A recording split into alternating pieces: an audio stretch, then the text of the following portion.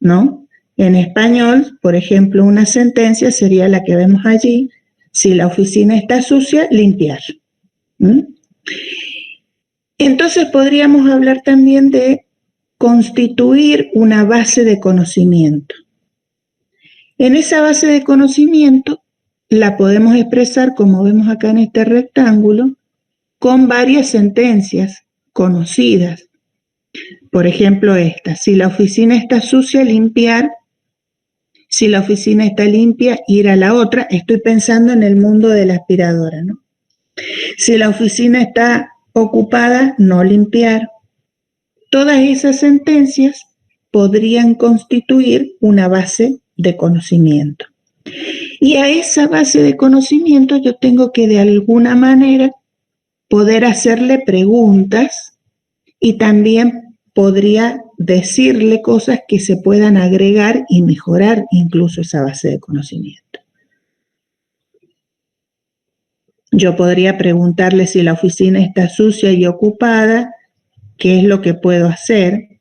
Y si yo después de eso veo que lo que se decide es ir a otra oficina, también podría incorporarla y agregarla a mi base de conocimiento. Esto entonces como una idea genérica. Necesito un lenguaje, primero un idioma, para poder hacer la representación de mi conocimiento. Dentro de ese lenguaje voy a tener que determinar cómo van a ser las sentencias, y con un conjunto de sentencias podré armar mi base de conocimiento, a partir de la cual yo le puedo hacer preguntas a esa base de conocimiento o le puedo incorporar más conocimiento.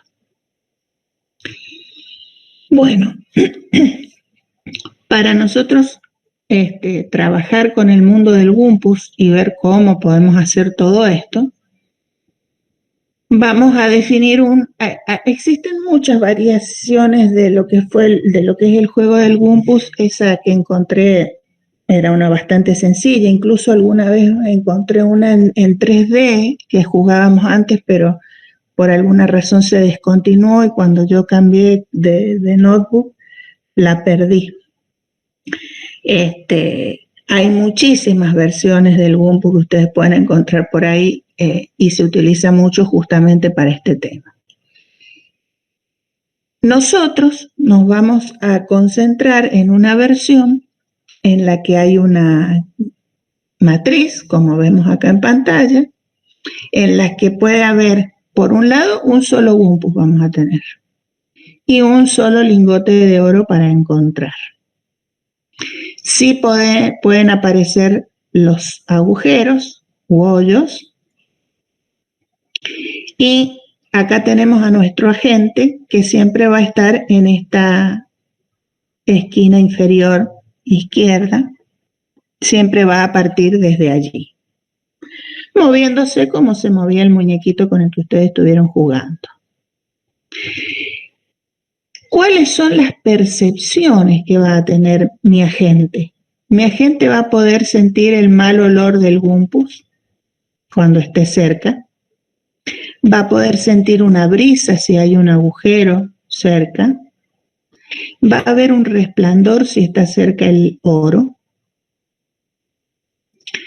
Puede sentir un golpe si se acerca alguna de las paredes de esta matriz, digamos, ¿no? Si estoy acá en la casilla que llamamos 1-1 y él intenta ir hacia la izquierda, sentiría un golpe porque se topa contra esa pared, digamos. Y por último, puede percibir el grito de muerte del Wumpus cuando le dispara una flecha y lo mata. Puede escuchar que murió, que pegó un grito porque murió. Entonces acá, fíjense que ya hemos podido definir cuáles van a ser las percepciones de mi agente. Bueno, si quisiéramos armar una tabla REAS para el Wumpus, podríamos definir distintos valores de rendimiento. Esto que ustedes veían, cuántos puntos les sumaban o les restaban por los movimientos. Bueno, todo eso se podría definir justamente en rendimiento. si me quitan puntos o no por lanzar una flecha. Bueno, todo eso se puede colocar en esta columna. Cuando queremos hablar del entorno, podríamos describir que en este caso es una matriz de 4×4, que la gente siempre va a empezar en la columna 1,1 y va a estar orientado a la derecha. Fíjense que hacemos todas las definiciones para saber cómo partimos, desde cuál es el estado inicial. Las posiciones del oro y del gumpus van a ser aleatorias y podemos establecer que con una probabilidad de 0,2 cada casilla podría tener un hoyo. Cosa que cada vez que vamos a jugar no aparezcan siempre ni en el mismo lugar ni la misma cantidad de agujeros. ¿Qué podemos definir como actuadores? Bueno, que la gente se pueda mover hacia la derecha, girar 90 grados a la izquierda o a la derecha, o sea, que se pueda mover hacia adelante, gira y se mueve. Que la gente se muera si entra en una casilla con un hoyo o con un gumpus vivo, que pueda agarrar el oro y que pueda disparar una flecha en línea recta. Todas esas cosas se pueden definir. Y por último tendríamos la columna de sensores, donde necesitamos percibir hedor, brisa, resplandor, golpe y el grito si muere el gumpus. Este sería un ejemplo de descripción de para qué me sirve en una tabla REAS hacer una descripción del mundo donde me voy a mover. Estoy definiendo, fíjense, rendimientos, cómo es el entorno, cómo me muevo, cuáles son las percepciones. Bien, ahora que tenemos definido todo esto, podríamos pensar en lo siguiente. Imagínense que nosotros vamos a mostrar con este cuadradito con una A, estamos diciendo dónde está ubicado el agente. Con el OK vamos a estar colocando que esas casillas no tienen ningún problema. Como el agente siempre va a arrancar acá, va a empezar en este punto y no va a haber nada y no va a aparecer ningún gumpus ni va a haber un agujero. Por lo tanto, siempre esta casilla va a estar en OK. Si además no arranca con ninguna brisa ni ningún hedor, inmediatamente yo puedo saber que las dos casillas que están al lado también están en OK. Entonces fíjense que como punto de partida, arrancando con el agente en esta primer celda, digamos, de la matriz, yo ya tengo conocimiento sobre ese cuadradito y de los dos que están adyacentes a él. Por lo menos sé que no tengo ninguna hoyo ni ningún gumpos en esas celdas. Si ahora yo me muevo hacia la derecha, fíjense que ahora el agente se movió hasta este cuadradito que lo hemos designado como el 2,1 de la segunda columna, primer fila. Al pasar el agente a este cuadradito, se encuentra con que hay brisa. Sigue estando OK esta casilla. Acá le hemos puesto una B para saber que ya fue visitada esa casilla.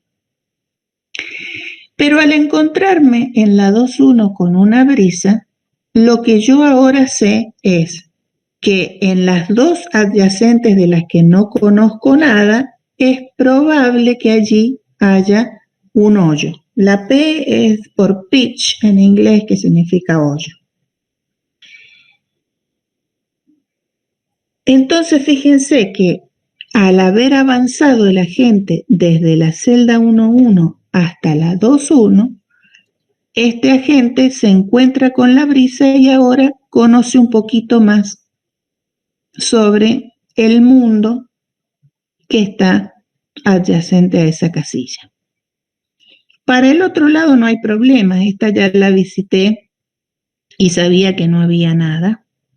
Y también sabíamos que esta sigue estando en OK. Pero ahora se nos agrega fíjense que se nos ha agregado información, pero no es una información exacta, no sé. Sé que puede haber un hoyo en alguna de las dos adyacentes, pero no sé en cuál. Y en una de esas podría haber en las dos. Bien. Así podría yo seguir moviéndome. Y como yo sé que podría haber hoyo en algunas de estas dos, yo podría decir, bueno, me vuelvo hacia atrás, que sé que acá no hay ningún problema, porque como acá no estoy segura de qué es lo que puede pasar, no me voy a arriesgar para caerme en un hoyo, por eso tomo la decisión de volverme a la 1-1 y subir por acá, que sé que es una celda segura. Cuando el agente viene acá, smell es el hedor, siente que hay un gumpus, y si esta casilla está en ok, porque si hubiera un gumpus acá, tendría que haberlo sentido al hedor en esta, pero como no lo sentí, quiere decir que el gumpus está en esta. Ahí estoy en condiciones de disparar. Bueno, lo mismo pasaría si yo me muevo, supongamos que lo mato, y después me muevo acá, encontraría el oro. Eso es lo que ustedes hicieron para ir moviéndose en el juego. Exactamente eso. Acá lo hemos simplificado a una grilla de 4x4 y con un solo gumpus y un solo lingote de oro. Bien, habiendo analizado eso, vamos a tratar de ver cómo podemos nosotros representar todo este conocimiento que tenemos y cómo podemos hacer uso de la lógica proposicional tanto para poder hacer la representación del conocimiento como para poder empezar a hacer razonamientos lógicos. Estos razonamientos que acabamos de describir, queremos poder hacerlos en forma de lógica proposicional para poder automatizarlo, para poder escribir un programa y que ese agente pueda empezar a razonar. Por un lado, entonces necesitamos, bueno, ya sabemos que nuestro lenguaje va a ser la lógica proposicional, por lo menos en esta instancia. Tendrá que tener, por supuesto, una sintaxis que especifica qué sentencia está bien formada. Cuando yo digo que A o B es verdadero, yo sé que esa es la sintaxis con la que escribo en lógica proposicional. Y sé que puedo poner que A o B es verdadero y no puedo poner que A verdadero B no significa nada. Tengo que tener una conexión lógica entre dos proposiciones, por ejemplo.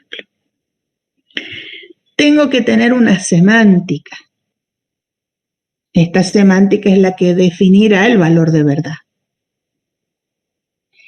Y entonces a cada configuración de mi mundo, yo lo puedo definir o lo puedo llamar como un modelo.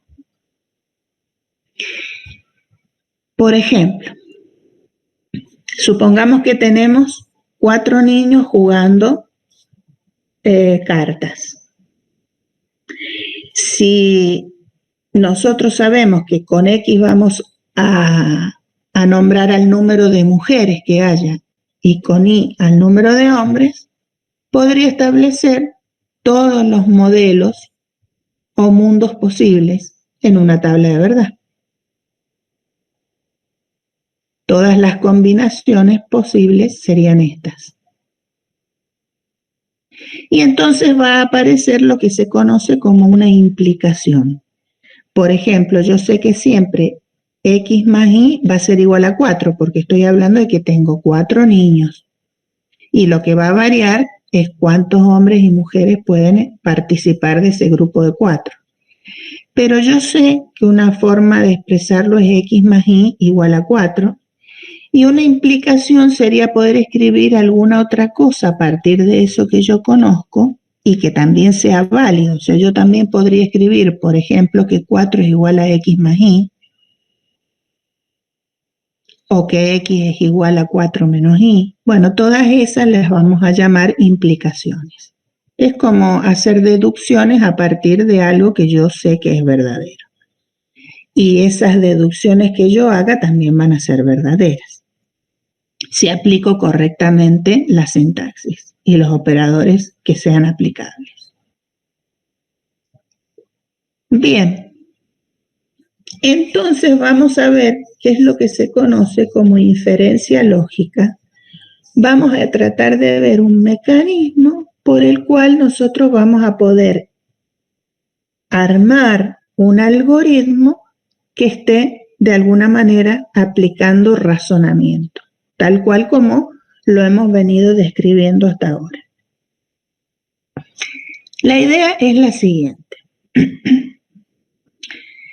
Si nosotros consideramos, según lo que habíamos estado viendo hasta ahora, que la gente había comenzado en la casilla 1 y que se movió a la 2.1, como está acá, lo que nosotros vemos es que con toda esta información que tenemos por haber visitado la casilla 1.1 y estar ahora en la 2.1, el conocimiento que tenemos sobre esta matriz de 4x4 se reduce a lo que está encerrado acá por la línea roja. Ese es el mundo que nosotros conocemos, es lo que hemos ido descubriendo. No tenemos toda la información, pero tenemos aunque sea parte de la información y entonces decimos que eso que está en rojo es lo que yo conozco ahora porque la gente pasó de la casilla 1.1 a la 2.1. Bueno, de esto que tenemos conocido hasta ahora, yo puedo mostrar cuáles son todas las combinaciones posibles. Vamos a considerar solamente que hay hoyos. Entonces, la idea de lo primero que tenemos que hacer es generar las posibilidades de hoyos en este mundo que tenemos acá de 5 casillas.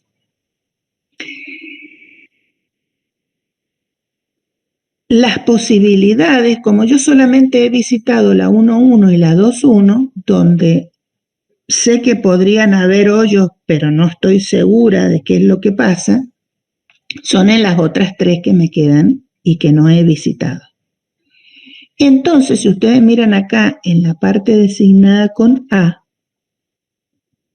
lo que hemos hecho es generar todas las posibles combinaciones desde que no hay hoyo en ninguna de esas 3 casillas que no he visitado, o hay en todas, o hay, por ejemplo, en estas 2, o en estas 2, o en una sola, o en estas. Si bien nosotros podríamos pensar que en la 1, 2, yo no debería poner hoyos porque ya visité esta, la forma de tratar esto es siempre considerar que no voy a poner ninguna combinación solamente en las que visité y voy a poner todas las combinaciones posibles de las casillas que no visité. Eso es lo que ustedes tienen que pensar. Y con eso se generan todos los modelos o combinaciones posibles. Recordemos que solo vamos a hablar de hoyos para hacerlo más simple. Bueno, ahora, una vez que tengo todos esos modelos generados, yo podría querer demostrar, por ejemplo, esta sentencia que llamé alfa sub 1 y que consiste en decir que no hay un hoyo en la casilla 1,2. La 1,2 es esta. La sentencia que me dice que no hay un hoyo en la casilla 1,2 Es lo que tengo justamente acá marcado con línea de puntos. Esta es la sentencia alfa 1. Es decir, todos esos modelos en los que no hay un hoyo en la casilla 1, 2 son estos 4. Porque fíjense que en los otros 4 sí hay. Bien, entonces me fijo en los modelos que cumplen con la sentencia alfa 1. Ahora, yo debería fijarme cuál es mi base de conocimiento. En mi base de conocimiento, lo que yo conozco, al estar el agente acá, es que podría haber hoyo en alguno de estos dos, o solamente acá, que son estos 3 modelos. Estos 3 modelos están describiendo lo que yo sé por haber pasado el agente a la casilla 2.1. Y es lo que está encerrado en línea continua. Bien. Si la sentencia alfa 1 contiene a la base de conocimiento y algo más,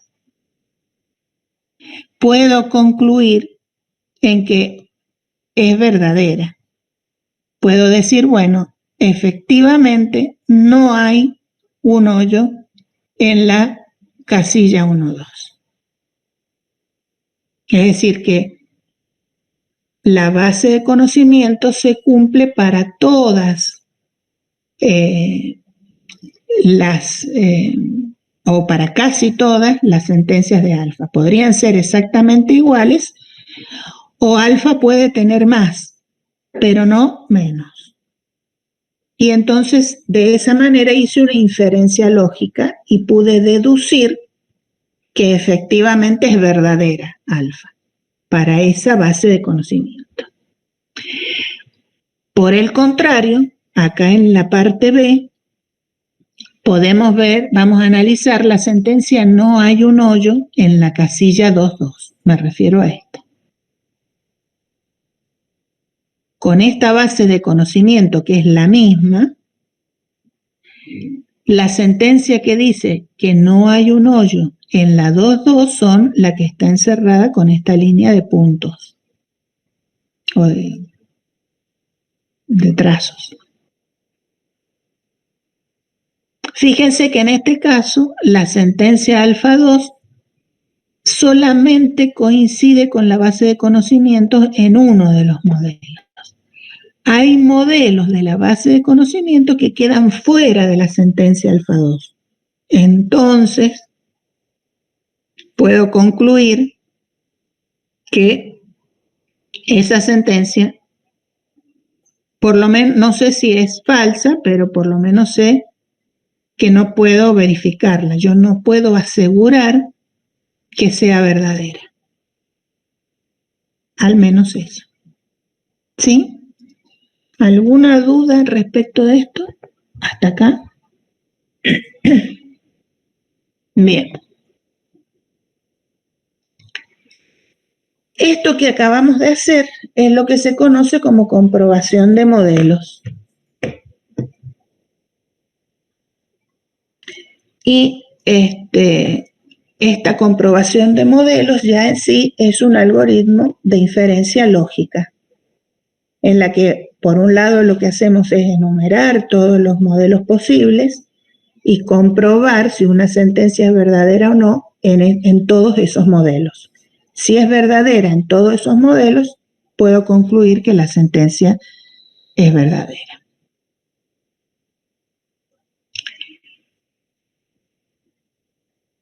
Por un lado, vamos a ver dos propiedades importantes y que son, para un algoritmo de inferencia, la que si el algoritmo solamente puede derivar sentencias implicadas, es decir, que sean verdaderas, que yo puedo derivar de una a otra y sigue siendo todo verdadero, digo que ese algoritmo es sólido, mantiene la verdad.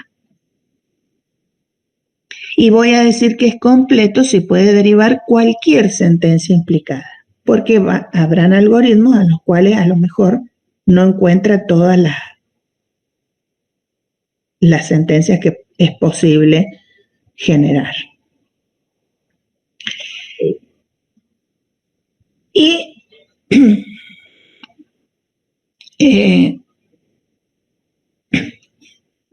la lógica proposicional tendrá entonces su sintaxis, que es la que ustedes ya deben haber visto suficientemente en álgebra, donde se encuentran simplemente un símbolo proposicional cuando decimos A, P o no P o P negado.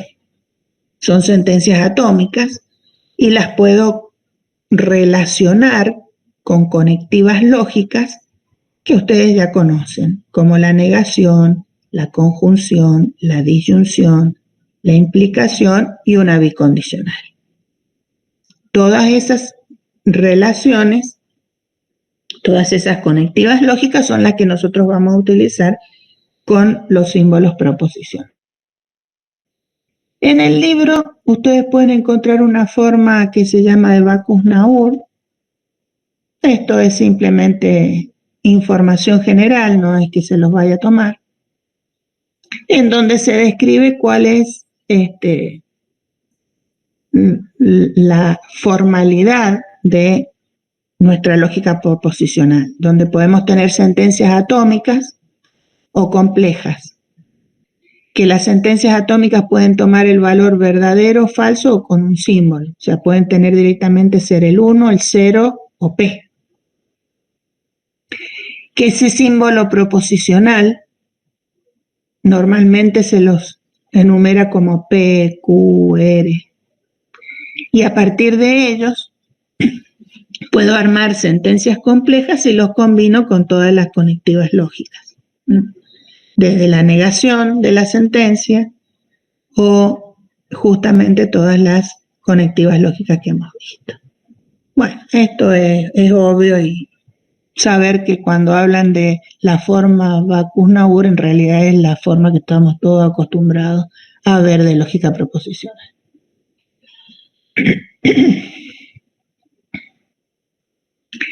¿Cuál es la semántica? Bueno, simplemente acá vamos a hablar de cuáles son las reglas para determinar un modelo. En general, habíamos dicho que un modelo va a ser una determinada configuración y en este caso va a ser cuando nosotros podamos definir si es verdadero o falso cada una de las percepciones que tenemos.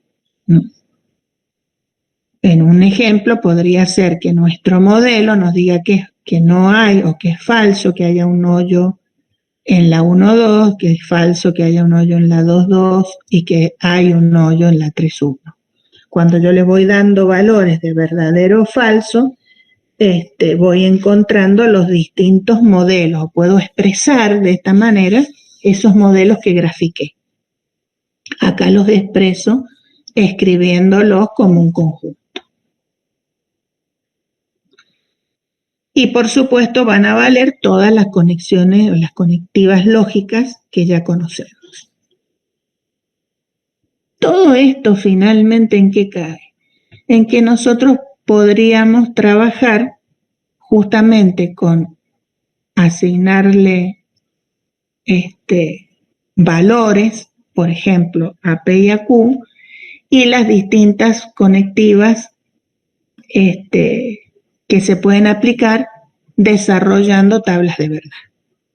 Es importante que tengan presente la equivalencia entre P implica Q, que equivale a P negado o Q, porque esto se va a utilizar bastante a la hora de hacer razonamientos lógicos. Veamos cómo podemos armar entonces la base de conocimiento para este juego del Bumpus que estamos viendo, con esta matriz de 4×4. Si nosotros en general escribimos con H sub IJ, estamos tratando de decir si si en la casilla IJ hay un hoyo o no, y podremos decir si hay brisa o no, con el B sub IJ. Entonces podríamos definir las reglas. Cada una de las sentencias que van a constituir nuestra base de conocimiento es lo que vamos a, es con lo que vamos a armar a nuestra base de conocimiento, con cada una de estas sentencias. Entonces y las podemos llamar reglas. Acá vamos a definir 5 reglas para nuestra base de conocimiento. Y entonces aparece acá la regla, la R1, a ver si lo agrando un poquito, acá. La R1 sería: no hay un hoyo en la casilla 11, donde comenzó el agente. Después podría tener una segunda regla, donde, fíjense, en la regla 2 y en la 3, estoy escribiendo reglas genéricas, en donde coloco que para que haya brisa en la casilla 11, sí, solo sí, puede haber hoyos en las que están al lado. Lo mismo digo para esta, como era la esquina inferior, solo tenía 2 casilleros adyacentes. En la regla 3 puedo hablar de si hay brisa en la casilla 2.1 y tiene 3 casilleros adyacentes. Entonces repito que estas reglas, la 2 y la 3, son reglas genéricas, que las puedo escribir con esas bicondicionales.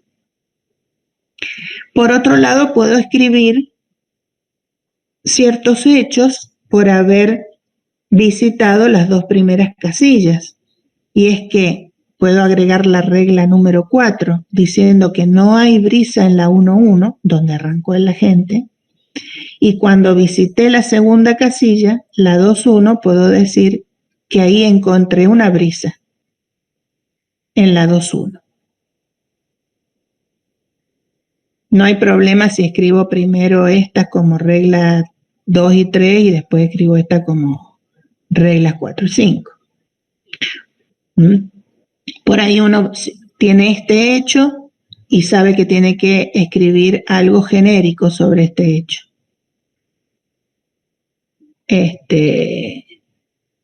Estas 2 son genéricas justamente para esta brisa. Acá no hay hoyo, no es problema. Que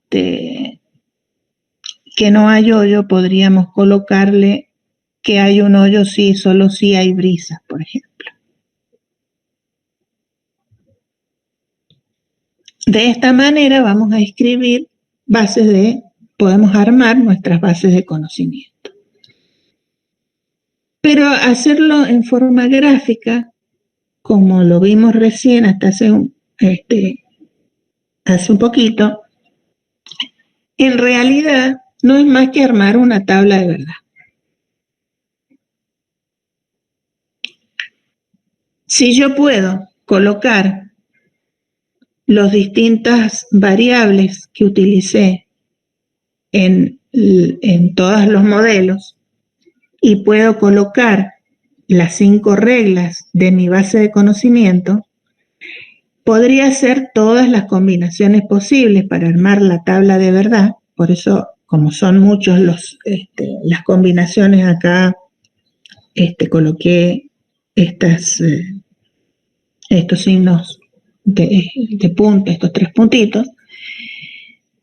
Pero lo que nos importa saber es que si yo quiero verificar, si quiero verificar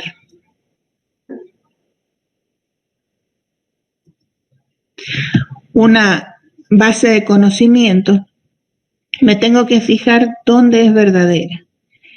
Y esa base de conocimientos va a ser verdadera cuando sean verdaderas todas las reglas que aplican a la base de conocimiento. En esas sentencias donde la base de conocimiento es verdadera, son las sentencias que yo voy a poder dar por afirmativas como verdaderas. Entonces eso que nosotros hacíamos en forma gráfica, lo podemos armar en una tabla de verdad y simplemente verificar donde la base de conocimiento sea verdadera. Entonces, si presento una determinada combinación con las percepciones que tengo hasta ese momento, me fijaré si es verdadera en la base de conocimiento o cuál es el conjunto que determina una sentencia. Si esa sentencia es verdadera para todas las bases de conocimiento, entonces puedo deducir que esa sentencia va a ser verdadera. Por supuesto que todo esto de la tabla es simplemente para ir comprendiendo hacia dónde apuntamos, pero no es que sea de lo más eficiente. Y es por eso que queremos encontrar algún mecanismo que sea un poquito más inteligente, un poquito más eficiente a la hora de realizar estos razonamientos lógicos. Y para eso es que se utilizan como mecanismos de inferencia todas las equivalencias lógicas que ustedes ya deben conocer de álgebra. Y este es simplemente un listado de las principales equivalencias lógicas que se pueden tener en cuenta a la hora de tratar de resolver o de hacer algo de razonamiento lógico. Como reglas de inferencia, se suelen utilizar estas que tenemos acá. Por ejemplo, esta que es una muy importante, que se conoce como modus ponens, en la que a partir de, podemos decir, si tenemos estas dos reglas, que alfa implica beta, y tenemos otra regla en la que solo tenemos alfa, que puede ser un hecho, yo puedo inferir beta. Esto que sería el ejemplo. Si yo tengo que perro implica que es un animal y tengo un perro, yo puedo inferir que se trata de un animal. O puedo utilizar lo que se conoce como eliminación del ilógico. Si yo tengo alfa y beta, me puedo quedar con alfa solo. Tengo las dos cosas, me puedo quedar con una de ellas. O con alfa o me quedo con beta. Si yo tengo resplandor y Wumpus, podría quedarme en mi base de conocimiento con Wumpus solo, por ejemplo. Existe lo que se conoce como resolución unaria, esto también lo vamos a poder usar, y la resolución unaria es cuando yo tengo alfa o beta y además tengo otra regla que es beta negado, es como que se cancelarían, digamos, entre comillas, los beta, y puedo inferir alfa. Esto también va a ser muy útil para un algoritmo que vamos a ver más adelante. Y en general, la resolución, cuando tengo varias, puedo tomar de a dos reglas, en las que no necesariamente tenga un hecho, digamos, sino que sean todas complejas, puedo seguir con esto de digo otra vez entre comillas, como si canceláramos, en este caso sería el beta, y la verdad que creo que no se ve muy bien. Y entonces me quedaría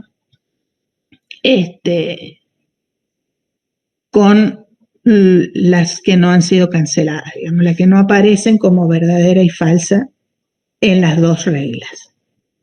Eso es se conoce como resolución. Y vamos a ver más adelante que también va a ser útil para algunos algoritmos de inferencia lógica. Profe. Sí.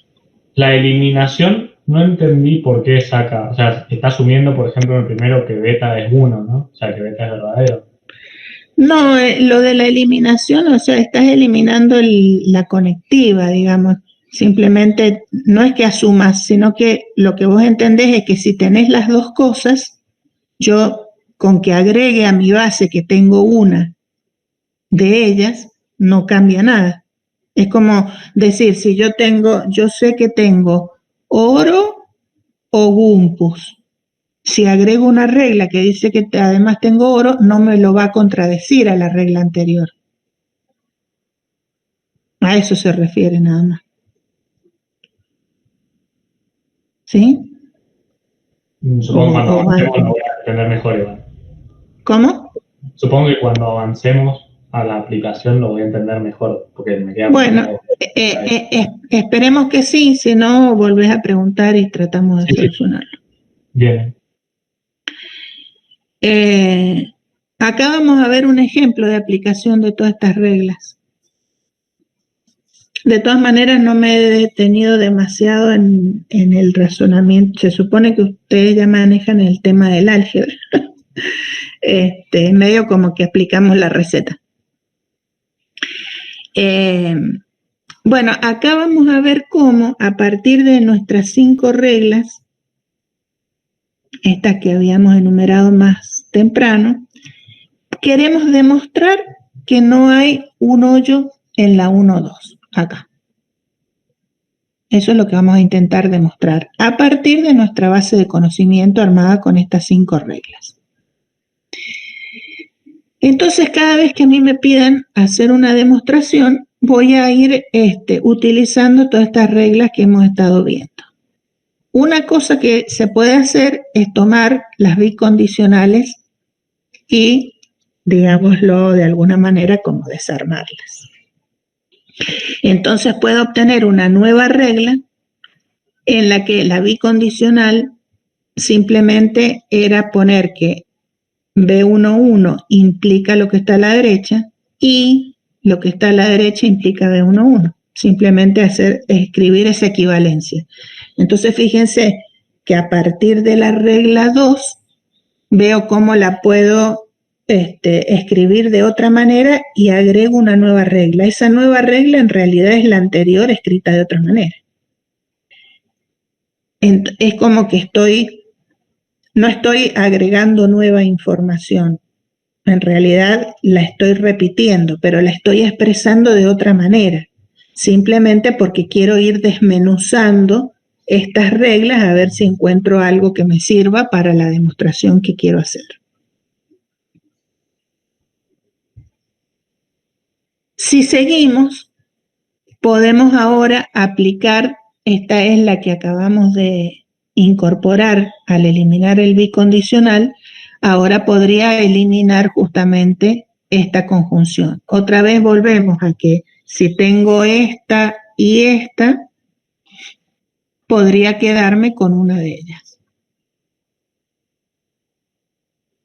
Y por equivalencia lógica de contraposición, es decir, que esta implicación que tengo acá la puedo escribir de esta otra manera. Fíjense, el beta negado, el B negado implica lo que está a la derecha negado. Otra vez sigo escribiendo de una manera distinta la R7. Quiere decir que ahora que llegué a la R8, lo que hice es a la base de conocimiento original le apliqué algunas equivalencias, agregué 3 reglas nuevas que no están generando nuevo conocimiento. Simplemente, repito, hemos escrito de otra manera algunas reglas que ya conocíamos. Seguimos aplicando estas reglas como el modus ponen. Podemos tomar la regla 8 y la 4. Acá las tenemos escritas de nuevo. Y fíjense que acá tenemos una implicación y el alfa para nosotros sería este B sub 1,1 negado. Si tenemos estas dos cosas, me puedo quedar con el beta. Para nosotros, el beta sería esta parte. Y tengo una nueva regla que agrega esto.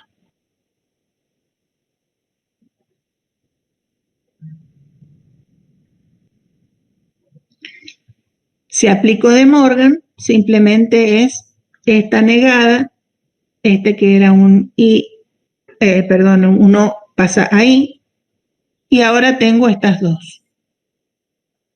La que yo ando buscando, otra vez si yo elimino, me puedo quedar con alguna de ellas. Listo, acá encuentro lo que quería deducir. Una vez que lo encontré, he llegado a la demostración que andaba buscando. Entonces ustedes tienen que ver cómo se puede representar la base de conocimientos con un conjunto de reglas, aplicar las equivalencias que se conocen, y con eso yo puedo hacer una demostración para saber si hay o no hay un hoyo, por ejemplo, en la casilla 1 o 2.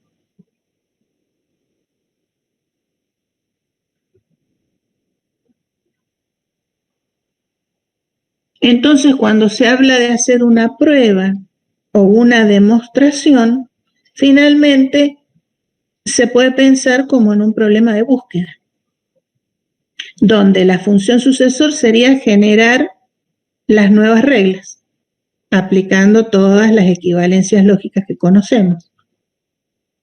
Y cada vez que voy encontrando una nueva regla, me voy fijando hasta encontrar la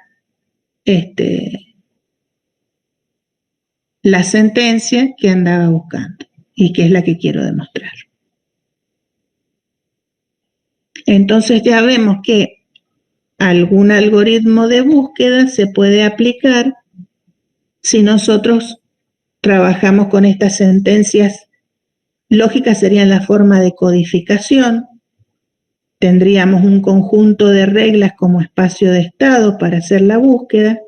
La función sucesor son las inferencias lógicas que podemos hacer, aplicar las equivalencias lógicas que se conocen, y el test objetivo sería tratar de comparar a ver hasta si encuentro la solución. Si después ya no puedo aplicar más reglas y no encontré la solución, será que no la pude demostrar o que esto es falso. Bien. Bueno, antes de entrar a otro tipo de algoritmo para seguir haciendo razonamientos, nos vamos a tomar un recreíto. Son las 9:50. Nos encontramos de vuelta a las 10:15, si les parece bien.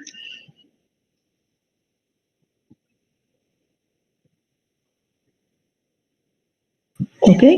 Perfecto, profe. Listo, nos vemos.